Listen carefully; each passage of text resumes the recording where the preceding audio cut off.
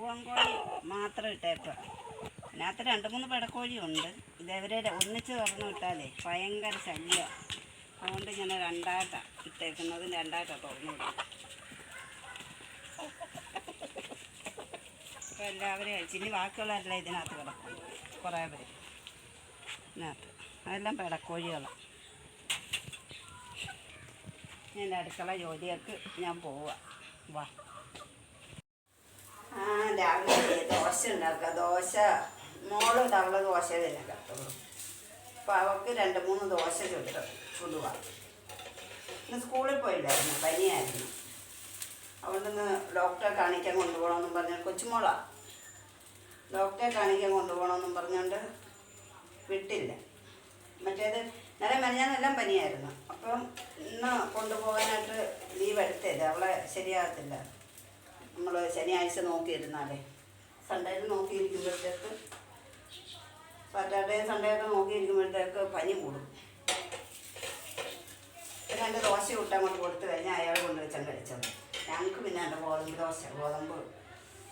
ഗോതമ്പ് പുട്ടുണ്ടാക്കാനായിട്ട് പുട്ടുണ്ടാക്കാൻ തേങ്ങയൊക്കെ തിരികെ വെച്ച് മോക്കിച്ച് മീൻ ചാറും കുട്ടിയും കൊടുക്കും. അവളെ കൊണ്ടുവച്ച് കഴിച്ചോളും.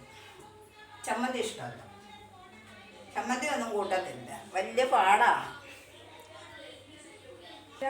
പിന്നെ ഗോതമ്പൂട്ടുണ്ടാക്കാനായിട്ട് ഇച്ചിരി വെള്ളം ചൂടാക്കി ചൂട് വെള്ളത്തിൽ വേണം ഗോതമ്പൂട്ടുണ്ടാക്കാനാണ്. ചെറിയ ചൂടുവെള്ളത്തിൽ. അപ്പം നല്ല സോഫ്റ്റായ പുട്ട് നമുക്ക് കിട്ടും. നമുക്ക് ഷുഗർ പ്രഷറൊക്കെ ഉള്ളവർക്ക് രാവിലെ ഗോതമ്പൂട്ടോ ഇതൊക്കെ ഉണ്ടാക്കുമ്പോൾ നല്ല അടിപൊളിയാണ്. അപ്പോൾ അത് കൊടുക്കാൻ നമ്മൾ ഇച്ചിരി ചൂടുവെള്ളമാക്കി ആ ചെറിയ ചൂടുവെള്ളത്തിൽ നമ്മൾ പുട്ട് കുഴയ്ക്കുകയാണെങ്കിൽ നല്ല സോഫ്റ്റ് പുട്ടായിട്ടിരിക്കും.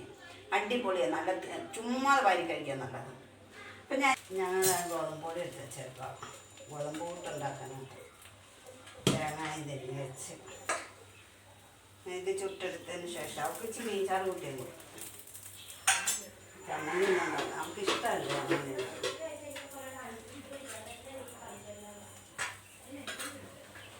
ഇതൊക്കെയാണ് രാവിലെ ഞാൻ ചായ കുടിച്ചാൽ ഇപ്പോഴാണ് ഞാൻ ഉണ്ടാക്കുന്നത്. മോളിന്ന് പനിയായിരുന്നു, അവൾ സ്കൂളിൽ പോയില്ല.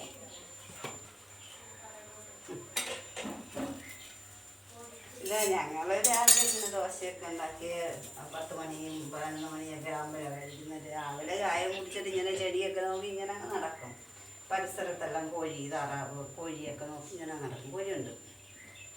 നമുക്കതിന് കൃഷിയൊന്നുമില്ല. നമുക്ക് ഇവിടെയൊക്കെ വെള്ളം നിൽക്കുന്ന സ്ഥലങ്ങളാണ്. അതുകൊണ്ട് ചെറിയ കൃഷികൾ മാത്രം. വാഴയൊക്കെ കാപ്പിയെല്ലാം ഉണ്ടാക്കി കഴിഞ്ഞപ്പം ചേട്ടൻ മത്തി മേടിച്ചിട്ടുണ്ട്. കൊച്ചു മത്തി. അപ്പോൾ അത് കറി വെക്കാൻ വിചാരിച്ച് മാങ്ങയൊക്കെ ഇട്ട് ഇഞ്ചിയും പച്ചമുളകൊക്കെ ഇട്ട് തേങ്ങ കണ്ട. ഇത് നിങ്ങളൊക്കെ കഴിച്ചിട്ടുണ്ട്. പൊടി നന്ദന. ഇത് നമ്മൾ നല്ലോണം ഫ്രൈ ചെയ്തെടുക്കണം. നല്ല കോൺഫ്ലവറൊക്കെ ഇട്ട് മുളക് പൊടിയും കുരുമുളകൊക്കെ ഇട്ട് നല്ല അടിപൊളി പിറക്കി നമ്മൾ പപ്പടമൊക്കെ കഴിക്കുന്ന പോലെ കഴിക്കാം. തേങ്ങ ഒക്കെ അരച്ച് നല്ല കുഴമ്പ് പോലെ കറി വെക്കും.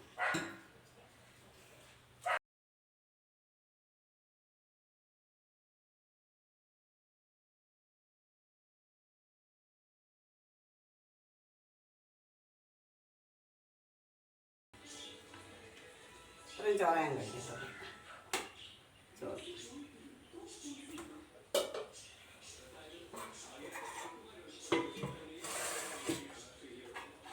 ലേശം മീൻ കറി.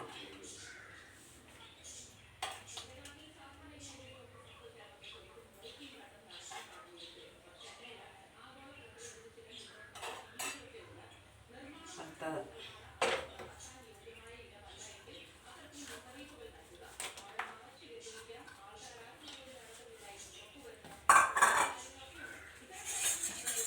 സലാഡ്.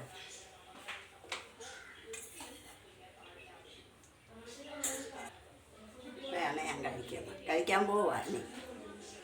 മീൻ കറിയും ചോറും വറുത്തതും സലാഡ് കഴിച്ചിട്ട്